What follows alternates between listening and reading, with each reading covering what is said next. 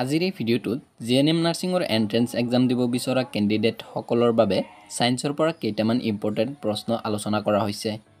এই ভিডিঅ'টো শেষলৈ চালে নিশ্চয় উপকৃত হ'ব, গতিকে ভিডিঅ'টো শেষলৈ চাই থাকিব। প্ৰথম প্ৰশ্নটো হৈছে লুট টাৱা এখন মামৰে ধৰাৰ পৰা বচাই ৰাখিবলৈ তলৰ কোনটো পদ্ধতি উপযুক্ত হ'ব। ইয়াত চাৰিটা অপচন আছে।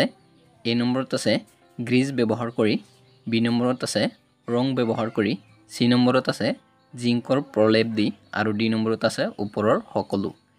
এই চাৰিটা অপচনৰ ভিতৰত শুদ্ধ আনসাৰটো হৈছে অপচন চি, জিংকৰ প্ৰলেপ দি।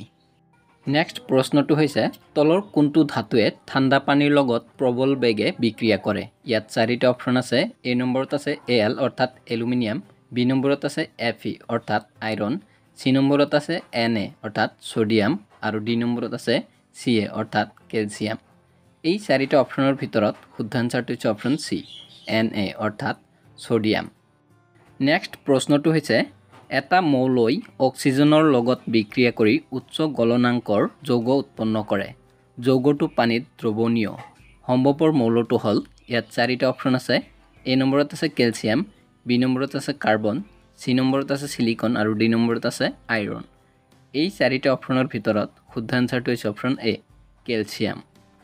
নেক্সট প্ৰশ্নটো হৈছে তলত দিয়া ধাতুবোৰৰ কোনটো ধাতুৱে অক্সিজেনৰ লগত তীব্ৰভাৱে বিক্ৰিয়া কৰে। ইয়াত চাৰিটা অপচন আছে। এ নম্বৰত আছে Na অৰ্থাৎ সোডিয়াম, বি নম্বৰত আছে Fe অৰ্থাৎ আইৰণ, চি নম্বৰত আছে Cu অৰ্থাৎ কপাৰ আৰু ডি নম্বৰত আছে Mg অৰ্থাৎ মেগনেছিয়াম। এই চাৰিটা অপচনৰ ভিতৰত শুদ্ধ আনসাৰটো হৈছে অপচন এ, Na অৰ্থাৎ সোডিয়াম। নেক্সট প্ৰশ্নটো হৈছে কাৰ্বন বিজাৰণ পদ্ধতিৰে নিষ্কাশন কৰিব নোৱাৰা ধাতুটো হ'ল। ইয়াত চাৰিটা অপচন আছে।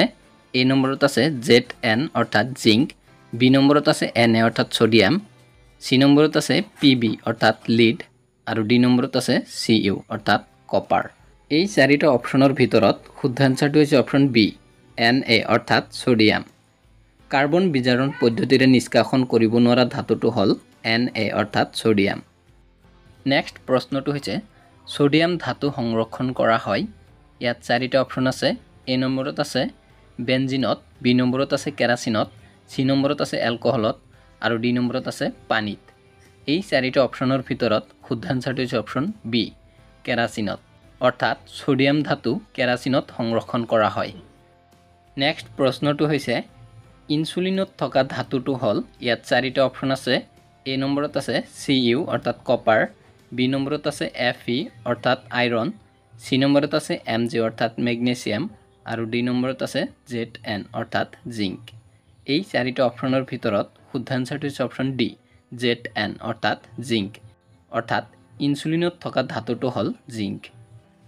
নেক্সট প্ৰশ্নটো হৈছে ইলেক্ট্ৰনযুজি যৌগবোৰ। ইয়াত চাৰিটা অপচন আছে। এ নম্বৰ আছে ঘনত্ব কম, বি নম্বৰত আছে জৈৱ দ্ৰাৱকত দ্ৰৱণীয়, চি নম্বৰত আছে বিদ্যুৎ পৰিবাহী আৰু ডি নম্বৰত আছে গলনাংক কম। এই চাৰিটা অপচনৰ ভিতৰত শুদ্ধ আনসাৰটো হৈছে অপচন চি, বিদ্যুৎ পৰিবাহী, অৰ্থাৎ ইলেক্ট্ৰনযুজি যৌগবোৰ বিদ্যুৎ পৰিবাহী।